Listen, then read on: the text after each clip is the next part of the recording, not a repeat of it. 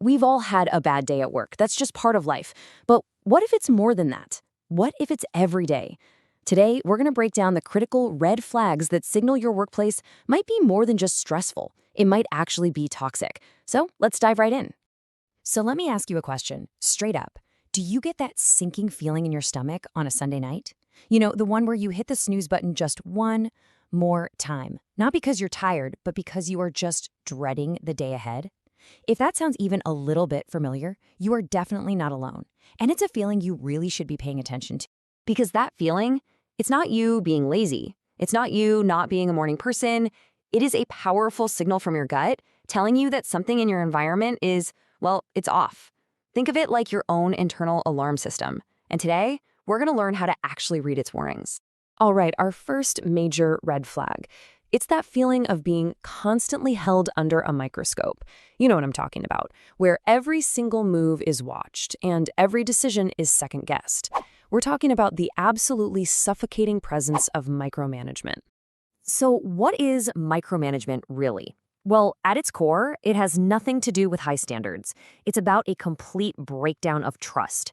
It's what happens when a manager gets so caught up in controlling every tiny little detail that they totally lose sight of the bigger picture. And in the process, they lose the trust and confidence of their team. The thing that makes this so tricky is that any of these signs on their own can seem kind of normal, but when it's a pattern, that's when it's toxic.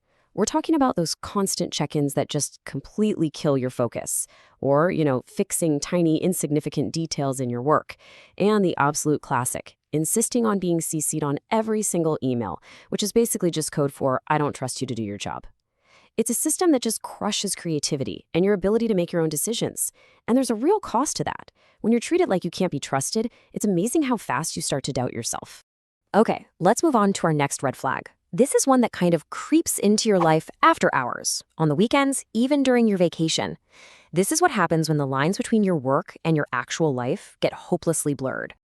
This comparison just lays it out so clearly. A healthy company culture, it knows you need to recharge. They see your personal time as essential.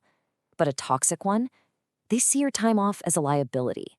They're the ones celebrating people who answer emails at 11 o'clock at night and making you feel guilty for using the paid time off you've earned.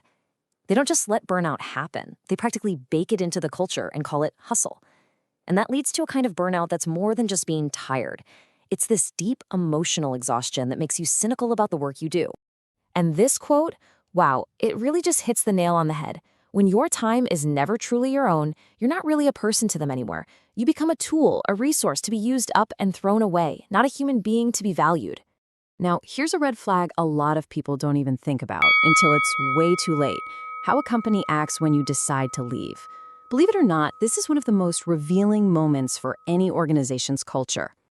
I mean, think about it. A company's true character really comes out when you're no longer useful to them. Right? Do they treat you with respect for everything you've contributed? Or do they treat you with resentment because you're leaving? Their reaction says so much more about their values than any mission statement on the wall. So here's what that toxic goodbye often looks like. You hand in your resignation, and suddenly your manager gets really cold, maybe even passive-aggressive. Then they make it super difficult to hand off your work, almost like they're setting up the next person to fail. All of a sudden, you're not invited to meetings anymore, conversations stop when you walk in the room, and on your last day, you just kind of disappear. See, a healthy company sees a departing employee as an alum. A toxic one sees them as a traitor. Okay, so we've identified these huge red flags: micromanagement, those blurred boundaries, toxic goodbyes. But let's bring this all back to you. Why is it so incredibly important to recognize them? Well, it all comes down to protecting your most valuable asset, your mental health. Look, anybody can have a bad day. Anyone can have a stressful week. That's just normal. But these red flags, they signal something much more dangerous: a consistent, grinding pattern.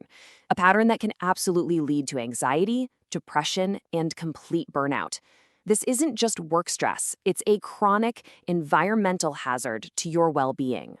And that's why this is all so important. Just seeing these patterns, putting a name to them, and understanding that this is not some personal failing on your part, that is an incredibly powerful first step. It's the moment you stop just enduring a problem and you start actually addressing it. This isn't about blaming yourself. It's about observing your environment and validating your own experience. And that validation, That's the foundation you need to build on to decide what comes next.